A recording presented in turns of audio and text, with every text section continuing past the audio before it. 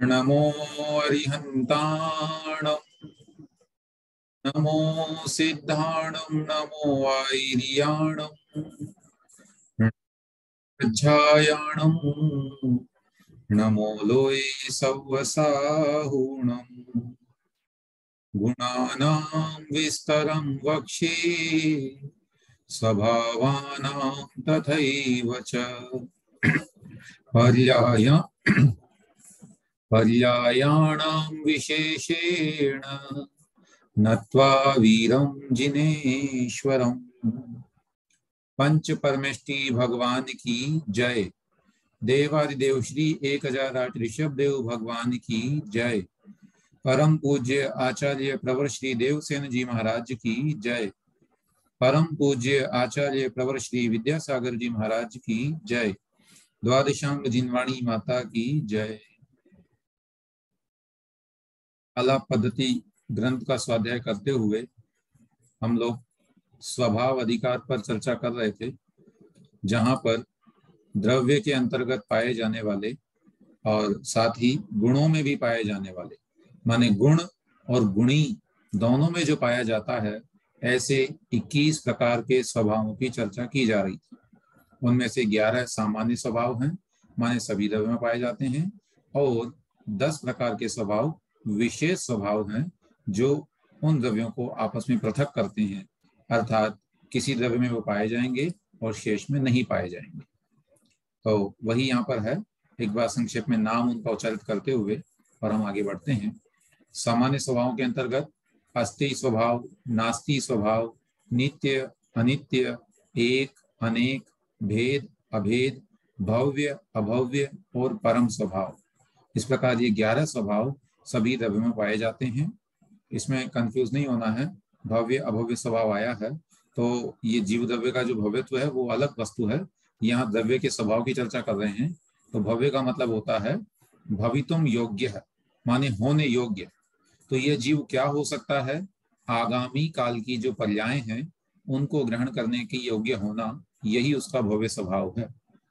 और इसी प्रकार से अभव्य माने भूतकाल की पर्यायों को प्राप्त न कर पाना, ये उसका अभव्यपना है। ठीक है, कोई भी द्रव्य हो वह कभी भी अपनी भूतकाल की पर्याय को प्राप्त नहीं कर सकता है, क्योंकि पर्याय नष्ट हो चुकी होती है। अस्तु, इसी प्रकार से 10 प्रकार के विशेष स्वभाव हैं। चेतन, अचेतन, मूर्त, अमूर्त, एक अनेक, विभाव, शुद्ध और अशुद्ध तथा उपचरित स्वभाव, है ना। इस प्रकार से ये 10 विशेष स्वभाव हैं। इन पर यद्यपि हम पर्याप्त चर्चा कर चुके हैं पूर्व में, इनका एक एक स्वरूप भी समझ चुके हैं। और पुनः आचार्य महाराज जब इनका व्युत्पत्ति अधिकार बताएंगे हमको, अभी हम स्वभाव अधिकार पढ़ रहे हैं, आगे चलकर स्वभाव व्युत्पत्ति अधिकार जब आएगा तो उसमें आचार्य एक एक स्वभाव की एक एक परिभाषा जो है हमको पृथक सूत्र में बताएंगे, तो वहां हम इसको अवश्य पढ़ेंगे। फिलहाल हम लोग चर्चा कर रहे थे कि किस द्रव्य में कितने स्वभाव पाए जाते हैं। तो आचार्य ने कहा था कि जीव पुद्गलयो एकादश, माने जीव और पुद्गल में तो पूरे 11 स्वभाव पाए जाते, 21 स्वभाव पाए जाते हैं, 1विंशति। और इसी प्रकार से धर्म, अधर्म और आकाश में जो है 16 प्रकार के स्वभाव उन्होंने बताए थे, 5 उसमें नहीं पाए जाएंगे। तो वे कौन से थे, इस पर भी थोड़ा देख लेंगे हम लोग। इनमें जो है लिखा गया कि धर्म, अधर्म और आकाश, वैसे तो ये सॉरी एक सेकंड, चेतन स्वभाव इन 5 में नहीं पाया जाएगा, लेकिन मुख्य रूप से 3 की बात कर रहे हैं। धर्म, अधर्म और आकाश, इन तीनों में जो है चेतन नहीं पाया जाएगा। मूर्तिकपना, ये कभी मूर्त नहीं होते हैं, सूक्ष्म ही है, और इनमें मूर्तिकपना तो केवल पुद्गल में होता है। इसी प्रकार से विभाव इनमें नहीं होता, क्योंकि ये हमेशा अपने स्वाभाविक अवस्था में ही रहते हैं। और अशुद्ध तथा उपचरित, ये 5 इनमें नहीं पाए जाते, शेष 16 पाए जाते हैं। अब बचा है केवल काल द्रव्य, उसमें कितने स्वभाव हैं उनकी चर्चा हम यहाँ पर करते हैं।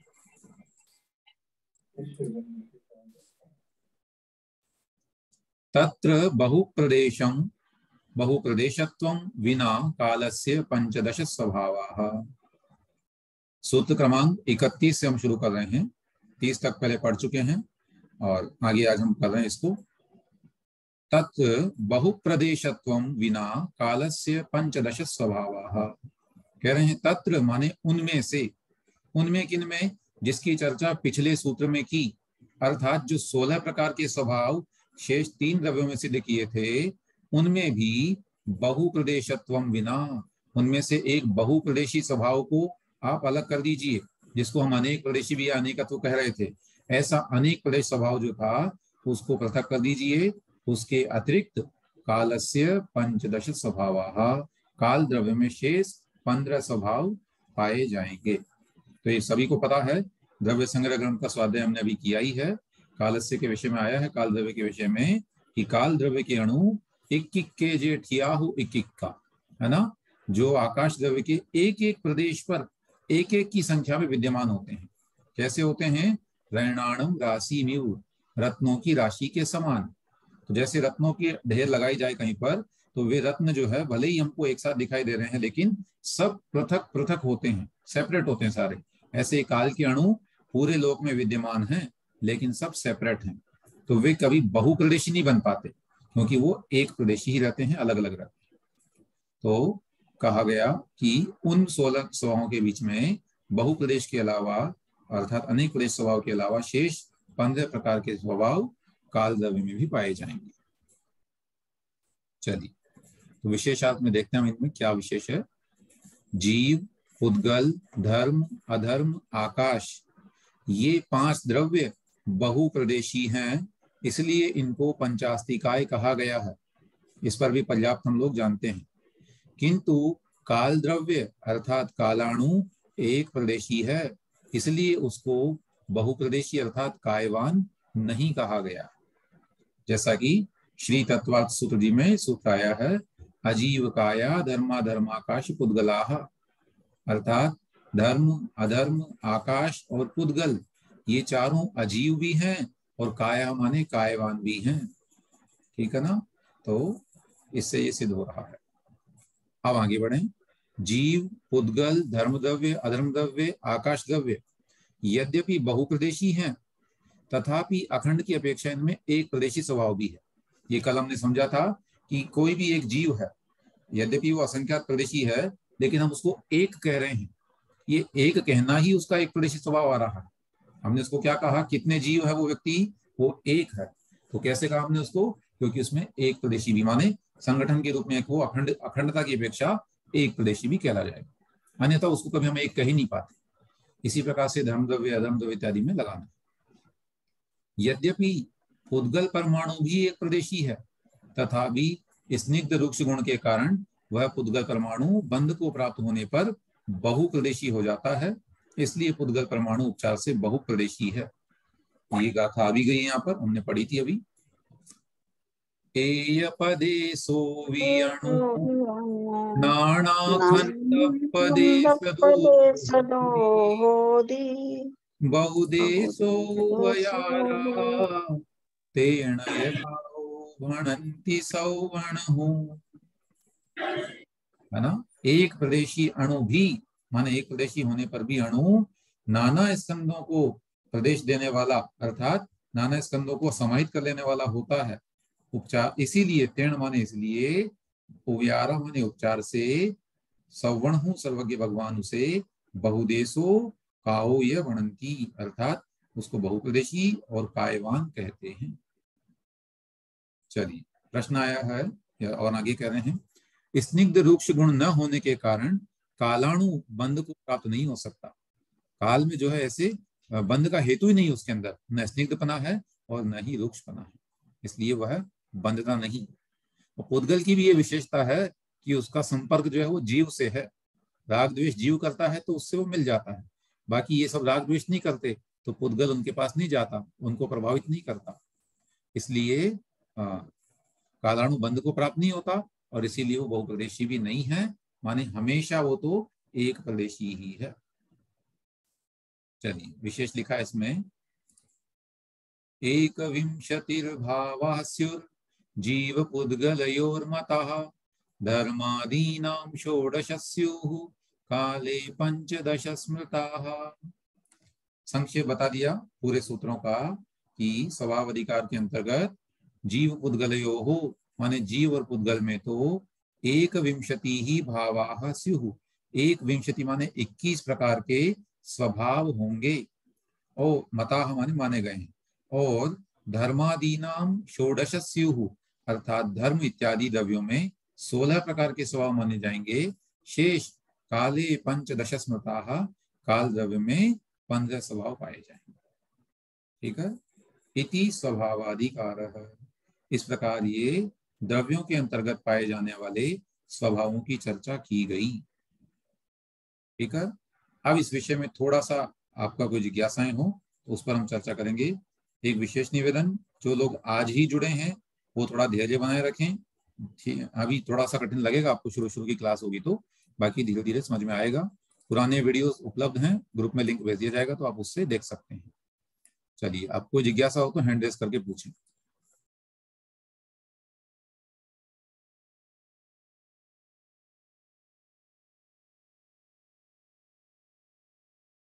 एक मिनट, हमने अलाउ तो किया हुआ आपको, किया हुआ है।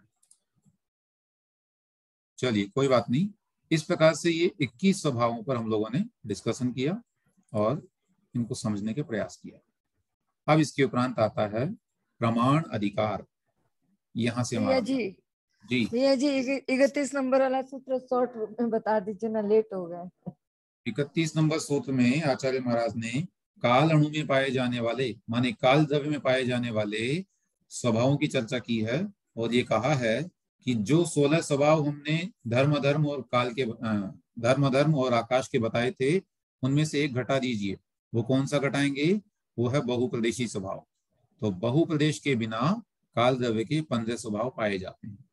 और ये बिल्कुल लॉजिकल है, हम लोग समझ भी सकते हैं इसको तो, कि उसमें बहुप्रदेश नहीं पाया जाता, इसलिए काल द्रव्य इसको स्वीकार नहीं करेगा, बाकी स्वभाव उसमें पाए जाएंगे। ठीक है ना। अस्ति नास्ति एक प्रदेशी आ जाएगा। इस प्रकार से जो भी स्वभाव हमने अभी चर्चा की, पूरे 11 + 10, उनमें से इसमें 15 स्वभाव पाए जाएंगे, 6 नहीं पाए जाएंगे। अब इस पर थोड़ा सा आप लोगों को अभ्यास करना है। ये अधिकार पढ़ करके प्रश्नोत्तर हम आपको या तो भेजते हैं ग्रुप में अभ्यास की दृष्टि से, तो उससे और अच्छा अभ्यास हो जाएगा और समझ में आ जाएगा। ये थोड़ा सा एक्सरसाइज करेंगे तो बहुत जल्दी समझ में आने वाला है। गाथाओं के ग्रंथ में ये होता है कि हम लयात्मक रूप से उसको गा करके भी थोड़ा संतुष्ट हो जाते हैं।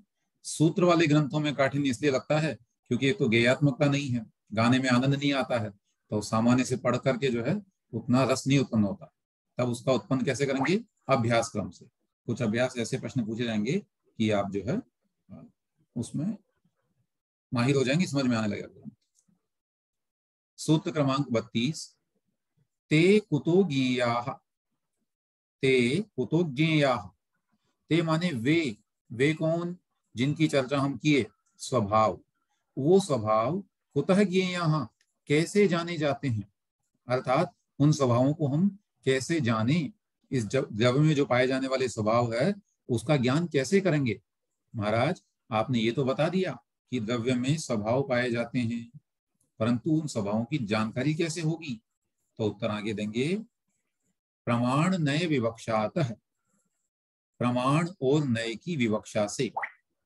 प्रमाण अर्थात जो वस्तु का संपूर्ण ज्ञान कराता है, नए जो एक देश ज्ञान कराता है, और विवक्षा बोलने की इच्छा, है ना। वक्ता जो कहना चाहता है उसे विवक्षा कहते हैं। तो ने कमेंट भी किया है कि गाथा जल्दी हो जाती है, सूत्र भी याद करने की कोशिश अवश्य करें, अथवा हम भी जो है जैसा गाथाओं का पाठ रखते थे वैसा सूत्रों का भी रखा जा सकता है शुरू के सूत्रों में, तो अच्छा रहेगा। 10-10, 15-15 सूत्र भी पढ़ेंगे तो उच्चारण के लिए अच्छा हो जाएगा।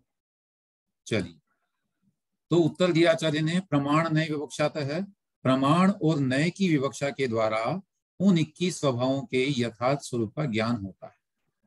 माने आगम में प्रमाण और नयों का कथन किया गया है, उन प्रमाणों से और उन नयों से ही हम 21 स्वभावों का ज्ञान कर सकते हैं।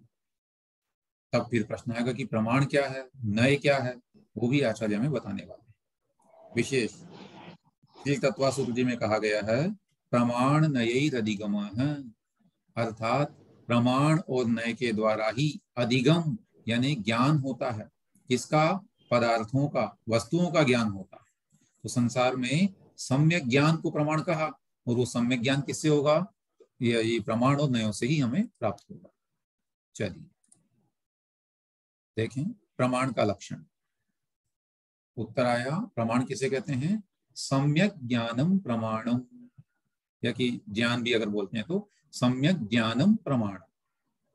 सम्यक ज्ञान है ना, समीचीन ज्ञान, जिसका स्वरूप पहले भी पढ़ चुके हैं और द्रव्य संग्रह में भी आया था वहां पर, कि जो यथार्थ को जानता है, माने विपरीत संशय अनध्यवसाय इत्यादि से रहित होता है, ऐसा जो निर्दोष जाने वस्तु तत्व के स्वरूप को, वही सच्चा ज्ञान है। ज्ञान तो संसार के प्रत्येक जीव को है, ऐसा कोई प्राणी नहीं जिसमें ज्ञान न पाया जाता हो, लेकिन वो सम्यक नहीं है ना। जब उसमें समीचीनपना जुड़ेगा, उसमें सम्यक दर्शन जुड़ेगा, तभी उसका ज्ञान सम्यक ज्ञान हो पाएगा। तो उत्तर हुआ सम्यक ज्ञान को प्रमाण कहते हैं। प्रश्न आया था कि जानेंगे किससे? प्रमाण से। प्रमाण क्या है? सम्यक ज्ञान। माने सम्यक ज्ञान के माध्यम से ही हम इन शास्त्रों को, इन नयों को, सॉरी, ये जो हमने अभी स्वभाव इत्यादि पढ़े हैं, गुणों और स्वभावों की चर्चा की है, पर्यायों की चर्चा की है, इन सब का ज्ञान हमको सम्यक ज्ञान के माध्यम से होगा।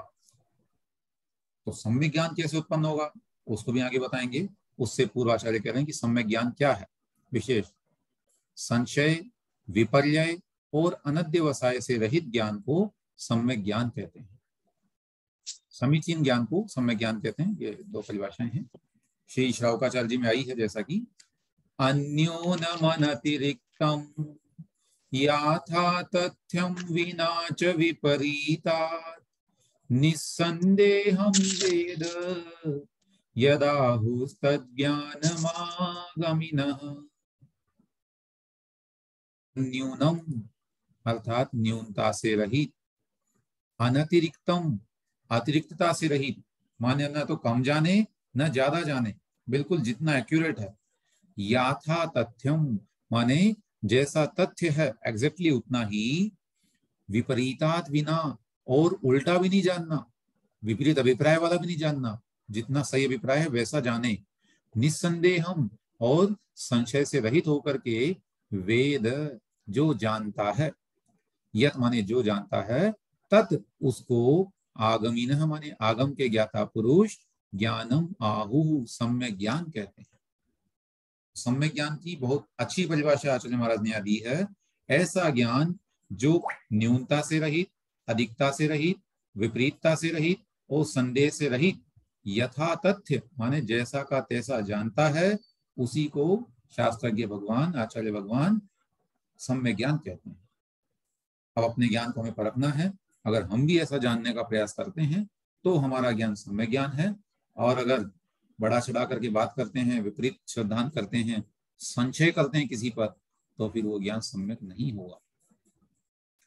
कह रहे हैं अनादि को सादि रूप जानना, अनंत को शांत माने अंत सहित जानना, अविद्यमान पर्याय को विद्यमान रूप जानना, ऐसे ही अभाव रूप पर्याय को सद्भाव रूप जानना, या अनियत को नियत रूप जानना सम्यक ज्ञान नहीं है, क्योंकि उसने यथार्थ नहीं जाना है। कितना अच्छा लिखा। कुछ लोग मानते हैं, ऐसी धारणा है संसार में नियतवादियों की, कि जो कुछ भी है वो ऑलरेडी फिक्स है, ऐसा का ऐसा ही होना है।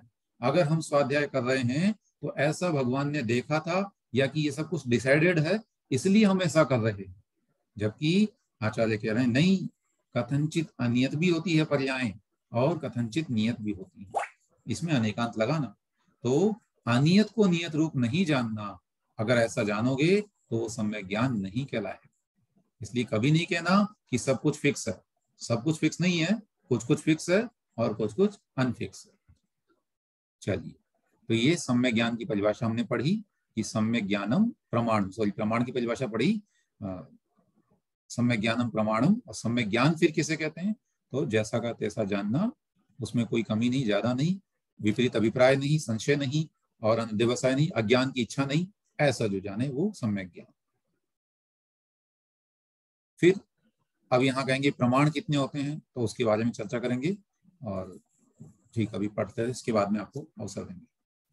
तद्वेधा प्रत्यक्षेतर भेदा, सूत्र 35, तद द्वेधा प्रत्यक्षेतर भेदा। तत् यानी वह अर्थात प्रमाण, द्वेधा दो प्रकार का है, प्रत्यक्ष इतर भेदा, प्रत्यक्ष और उसके विपरीत माने अप्रत्यक्ष, या कि कह सकते हैं परोक्ष। तो प्रत्यक्ष और परोक्ष के भेद से वह प्रमाण दो प्रकार का हुआ, माने प्रत्यक्ष प्रमाण और परोक्ष प्रमाण। टिप्पणी दी इन्होंने यहाँ पर संस्कृत भाषा में कि प्रत्यक्षम प्रमाणम केवली सिद्धो जिनश्च, इतरः परोक्ष प्रमाणम अनुमान उपमान शब्द प्रमाणानि परोक्ष प्रमाणम, यदिन्द्रिय ज्ञानम तदेव परोक्ष प्रमाण। माने कहा है कि टिप्पण दिया है कि प्रत्यक्ष प्रमाण क्या है, केवली सिद्धो जिनश्च, माने केवली सिद्ध, केवल ज्ञान से जो सिद्ध हो चुके हैं वे, और जिनेन्द्र भगवान, इस तरह से वे प्रत्यक्ष प्रमाण के धारी हैं। अब जिनेन्द्र में भी वो लगा लेंगे, फिर अवधि ज्ञान और मन परिज्ञान के धारी भी आ जाएंगे इसमें। इतर है परोक्ष प्रमाणम, परोक्ष प्रमाण, इतर का मतलब क्या है, दूसरा अर्थात परोक्ष प्रमाण। वो कौन कौन से हैं, अनुमान उपमान और शब्द प्रमाण जो है वो परोक्ष प्रमाण कहलाते हैं। माने जो अनुमान से ज्ञान हो रहा है, उपमान से ज्ञान हो रहा है, या कि शब्दों के शास्त्रों के माध्यम से जो ज्ञान हो रहा है वो सब परोक्ष प्रमाण है। यदिन्द्रिय ज्ञानम तदेव परोक्ष प्रमाणम, और जो कुछ भी इंद्रिय का ज्ञान है वही परोक्ष प्रमाण है।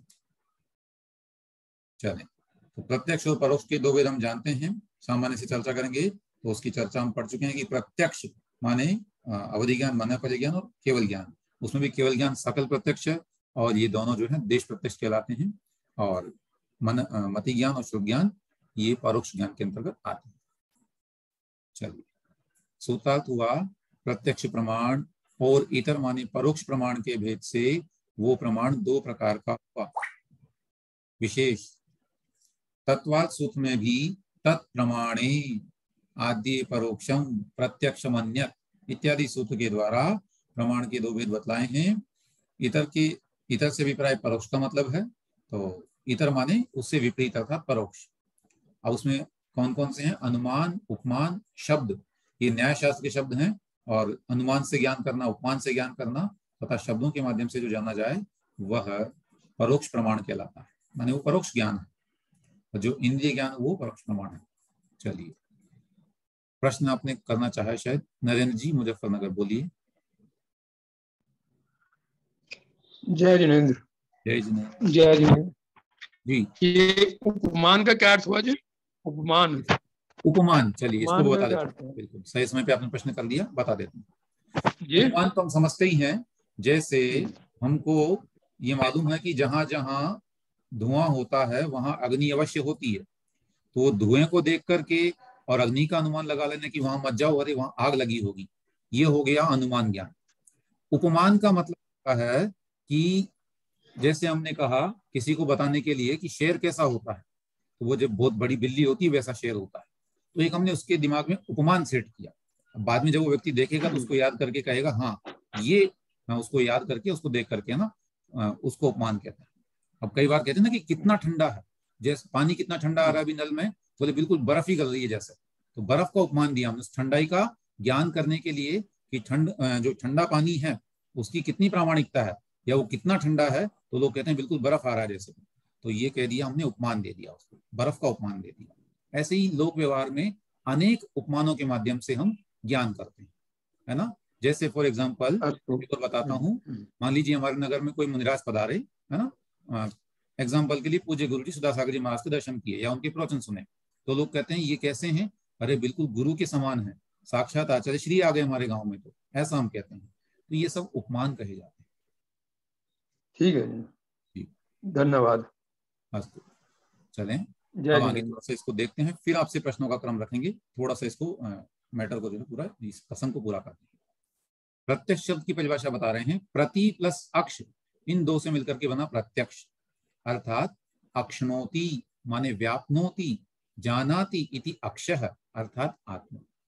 अक्ष शब्द का एक अर्थ इन्होंने कहा है, अक्षणोति माने जो व्याप्त करता है या जानता है उसे कहते हैं अक्ष अर्थात आत्मा, आत्मा को अक्ष कहा। इस प्रकार अक्ष शब्द का अर्थ आत्मा है, और केवल आत्मा के प्रति जो नियत है उसे हमने कहा प्रत्यक्ष, है ना। प्रति अक्ष माने आत्मा के प्रति, ऐसा ज्ञान जो सिर्फ आत्मा के प्रति ही कार्य करता हो, आत्मा को जानने का प्रयास करता हो, वो प्रत्यक्ष ज्ञान है, या आत्मा से ही कार्य करता हो वो प्रत्यक्ष है। जबकि जो ज्ञान इंद्रिय आदि और प्रकाश आदि की सहायता के बिना, वही बात आ गई है, पदार्थों को स्पष्ट जानता है, तो कहाँ से जानेगा? आत्मा से जानेगा, उसमें बाह्य कोई निमित्त ले नहीं रहा हो, उसे प्रत्यक्ष प्रमाण कहते हैं। और भी कहा है इंद्रियानिंद्रियापेक्षम उक्तम अव्यभिचारी च साकार ग्रहणम यत् स्यात् तत्प्रत्यक्षम प्रचक्षते। माने इंद्रिय और अनिंद्रिय माने मन, इनकी अपेक्षा से रहित होकर के, है ना, मुक्त शब्द है सॉरी, यहाँ पर उत्तम नहीं है, अपेक्षा मुक्तम। फिर अव्यभिचारी, और व्यभिचार से रहित माने दोषों से रहित, जो साकार ग्रहणम है माने विशेषता से सहित, भेद इत्यादि के माध्यम से जो हम पदार्थों को जानते हैं, उसे प्रत्यक्ष प्रमाण कहा गया है। उसमें भी सकल प्रत्यक्ष जो केवल ज्ञान, वह सिद्ध या अरहंत भगवान के ही होता है, और देश प्रत्यक्ष तो मनकलय ज्ञानी और अवधि ज्ञानी के कहलाएगा। परोक्ष ज्ञान, परह प्लस अक्ष माने आत्मा से भिन्न, आत्मा से दूर, पर माने उससे भिन्न है, इंद्रिय आदि जो पर हैं उनकी सहायता की अपेक्षा रखने वाला ज्ञान परोक्ष ज्ञान कहलाता है। ध्यान रखना, प्रत्यक्ष और परोक्ष शब्द की जब परिभाषा बनाएंगे सम्यक ज्ञान के संदर्भ में, आगम के संदर्भ में, तो अक्ष का अर्थ आपको आत्मा लेना है। जनरली संसार में प्रत्यक्ष उसे कहते हैं जो हमारी इंद्रियों के सामने होता है, हमारी आंखों के सामने होता है, उसे हम प्रत्यक्ष कह देते हैं, और जो हमारी आंखों के सामने नहीं होता उसे हम परोक्ष कह देते हैं। लेकिन वहां पर अक्ष शब्द का अर्थ इंद्रिय लिया गया, ठीक है, तो वहां उस रूप में जानना। लेकिन जब यहाँ की बात की जाएगी, प्रत्यक्ष और परोक्ष ज्ञान की बात की जाएगी, तो समझना अक्ष माने आत्मा है, तो आत्मा के साथ जो हो वो प्रत्यक्ष, और आत्मा से परे जो हो वो परोक्ष। और भी आया है, पराणी इंद्रियाणि मनश्च प्रकाशोपदेशादि च बाह्य निमित्तम प्रतीत्य तत् आवरण कर्म क्षयोपशमात् अपेक्षस्य आत्मनो मतिश्रुतम उत्पद्यमानम परोक्षम इति आख्यायते। तो परोक्ष शब्द की परिभाषा बता रहे हैं, मति ज्ञानावरण और श्रुत ज्ञानावरण कर्म के क्षयोपशम की अपेक्षा रखने वाले आत्मा के इंद्रिय और मन तथा प्रकाश, उपदेश इत्यादि बाह्य निमित्तों की सहायता से मति ज्ञान, श्रुत ज्ञान जो उत्पन्न होते हैं, ये दोनों ज्ञान परोक्ष हैं, क्योंकि ये बाह्य निमित्तों की अपेक्षा रखते हैं। और भी धवलाजी में दिया है, प्राणी इंद्रियाणि आलोकादिश्च परेशान आयत्तम ज्ञानम परोक्षम। माने पर का मतलब है इंद्रियां और प्रकाश इत्यादि, और पर अर्थात इन इंद्रियादि के जो अधीन होता है वो ज्ञान परोक्ष ज्ञान कहलाता है। इतनी परिभाषाएं टीकाकार ने लिखी हैं, और ये बस एक और रह गया, इसको देखते हैं।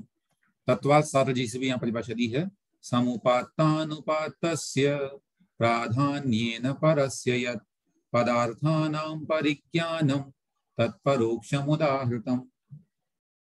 माने अपने से भिन्न जो समुत्पात इंद्रियादि और अनुपात प्रकाश आदि, ये शब्द है आगम के, समुपात और अनुपात। तो समुपात हो गया इंद्रियादि, और अनुपात जो हमको प्राप्त नहीं है, अभी हमारे साथ नहीं है, तो वो दो प्रकार के उपात हो गए, एक समुपात और एक अनुपात। ये प्रकाश आदि की मुख्यता से जो पदार्थों का ज्ञान है वो परोक्ष ज्ञान कहा जाता है। तो सारी परिभाषाएं अर्थ वही बता रही है, शब्द अलग अलग हो सकते हैं। प्रत्यक्ष ज्ञान के दो भेद हैं, सकल और एक देश। अब एक देश प्रत्यक्ष ज्ञान का कथन यहाँ पर आगे करेंगे, उस पर चर्चा करने से पहले जितना हमने पढ़ा है थोड़ा उसको पचाना सीखें, उस पर हम समझें। तो आज आचार्य महाराज ने प्रमाण अधिकार शुरू करते हुए कहा कि जो स्वभाव इत्यादि की चर्चा हम कर रहे हैं उनको जानेंगे कैसे? तो उत्तर दिया, उनको प्रमाण से जानेंगे, नयों से जानेंगे, है ना, प्रमाण नये अधिगम है। फिर उत्तर आया कि प्रमाण क्या है? तो महाराज ने कहा कि सम्यक ज्ञान को प्रमाण कहते हैं। प्रश्न है सम्यक ज्ञान किसे कहते हैं? तो आचार्य ने उसकी परिभाषा विभिन्न माध्यमों से बताई है, और लिखा कि जो यथार्थ बिल्कुल संशय विपर्य और अनध्यवसाय से रहित जाने, और जैसा का तैसा तत्व है उसको उसी रूप में जाने, वह सम्यक ज्ञान कहलाता है। फिर उसके भी दो भेद किए, प्रत्यक्ष और परोक्ष, है ना, प्रमाण के कह दो या सम्यक ज्ञान के कह दो, दोनों एक ही बात है, क्योंकि दोनों वही आधार आदेश संबंध से प्राप्त हैं। तो प्रत्यक्ष और परोक्ष उसके दो भेद हो जाते हैं। उसमें से परिभाषाएं विभिन्न आचार्यों के माध्यम से यहाँ रखी गई। एक प्रश्न आया है, भैया जी आप कौन से शास्त्री पढ़ा रहे हैं? हम अभी वर्तमान में श्री आलाप पद्धति जो देवसेन आचार्य महाराज की रचना है उस ग्रंथ को पढ़ रहे हैं। इस ग्रंथ के अंतर्गत नयों इत्यादि का माध्यम वर्णन किया गया है ना, पर्यायों का और स्वभावों का, गुणों का, आगे चल करके नयों का, इनका विषय इसमें लिखा गया है। तो ये शास्त्र भी हम पढ़ रहे हैं और कौन सी पीडीएफ इत्यादि वो बता देते हैं। इसके टीकाकार हैं पंडित रतन चंद जी मुख्तार साहब सहारनपुर वाले। अब तो वे नहीं है लेकिन उन्होंने इसकी व्याख्या की थी।